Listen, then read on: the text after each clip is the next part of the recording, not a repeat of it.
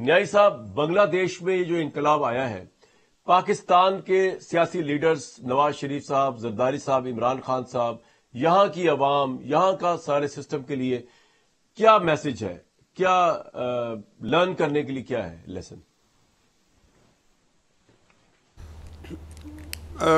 Kamran thank you very much. دیکھیں جی، یہ ایک بڑا اگر آپ دیکھیں نا ذرا اس کو تھوڑا سا اندر جھانک کے پرکھیں تو یہ اپرائزنگ جو ہے یہ حسینہ واجد کی کوئی ڈکٹیٹرشپ کے خلاف نہیں تھی.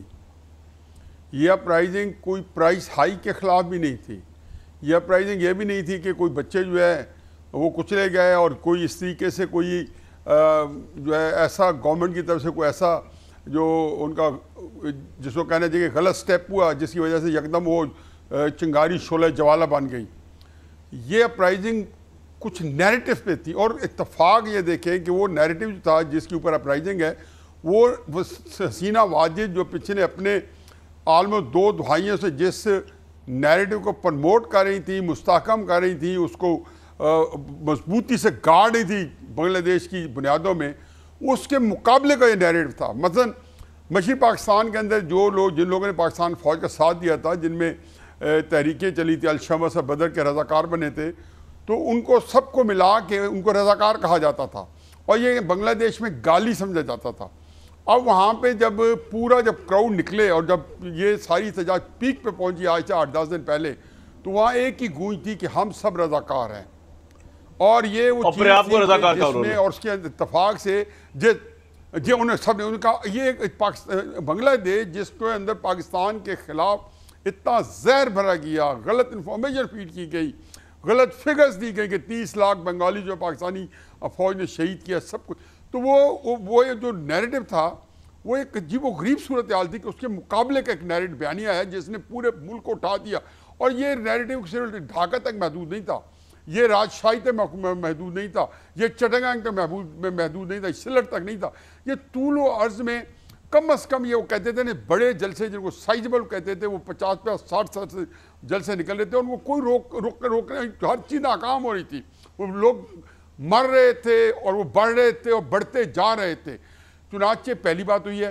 دوسرا ایک زبردست جو بات ہوئی ہے آج، زبردست کہنا چاہیے جو بھی ہے، کہ جب انہوں نے آج، اس لیے کہ بہت ساری باتیں اور بھی کوٹ ہو سکتی اسی پیرائے میں، لیکن جو زبردست بات ہوئی آج، جیسے انہوں نے جو ان کا فتح مبین جب ان کو حاصل ہوئی اسٹوڈنٹس کو، تو انہوں نے مجیب کے جو سٹیچوز تھے، جو کہ مجھے پتہ ہے نا، ہم جب 60 اور 70 میں انگریزوں کے بنائے سٹیچوز جب توڑا کرتے تھے تو نہیں ٹوٹتے تھے، وہ بڑے سیسا پلائی چیزوں سے بنے ہوتے ہیں، بڑی مشکل سے.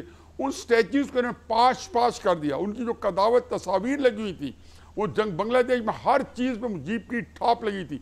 نمبر 2 بات، انہوں نے بھارت کے خلاف اتنے نعرے لگائے آج سارا دن، سجدہ شکر ادا کیا، باجماعت لوگوں نے نوافل ادا کیے. اور پھر جو کہتے ہیں نا کہ قسمت کا جی پھیر، جو اگر طلع سے شروع ہونے والی کنسپریسی، وہاں سے اٹھنے والی کنسپریسی، آج یہ سوء اتفاق سمجھے، حسن اتفاق سمجھے کہ اگر طلع کے کو میں ہی جا کے جائے پناہ ڈھونڈی، یعنی کہ پہنچی وہیں پہ خواب جہاں کا خمیر تھا. پاکستان کے لیڈرز کے لیے کیا لیسن ہے سر اس میں؟ اس لیے کہ ایک بوجھ تھا ہمارے اوپر.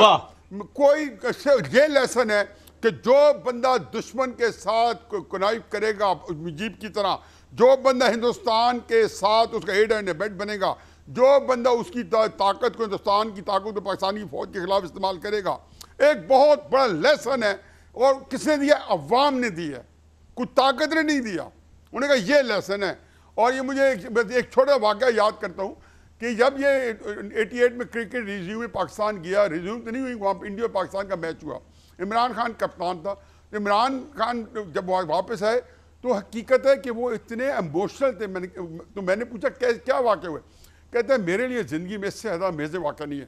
کہتے ہیں پہلی بات تو یہ کہ اسٹیڈیم جو تھا کھچا کھچ بھرا ہوا تھا، اور یقین جانے کہتے ہیں میں نے زندگی میں اتنی اپریشیشن نہیں دیکھی. پھر عمران خان نے بتایا یہ تو ہوٹل تک بندے ہی بندے اور روتے جا رہے تھے. اور تو مجھے وہ بڑا حیران ہوتا تھا بعد ازاں جب یہ حسینہ واجد وہ کہتے ہیں یار جس بنگلہ دیش کو تو میں دیکھ کے آیا تھا، باوجود ہے کہ عمران خان صاحب کئی دفعہ اسٹیٹمنٹ چینج کر لیتے، کہتے وہاں تو پاکستان کے لیے جو محبت میں نے سڑکوں میں گلیوں میں ایک عام آدمی جو بندہ ظاہر ہے وہاں پہ دیکھتے ہیں۔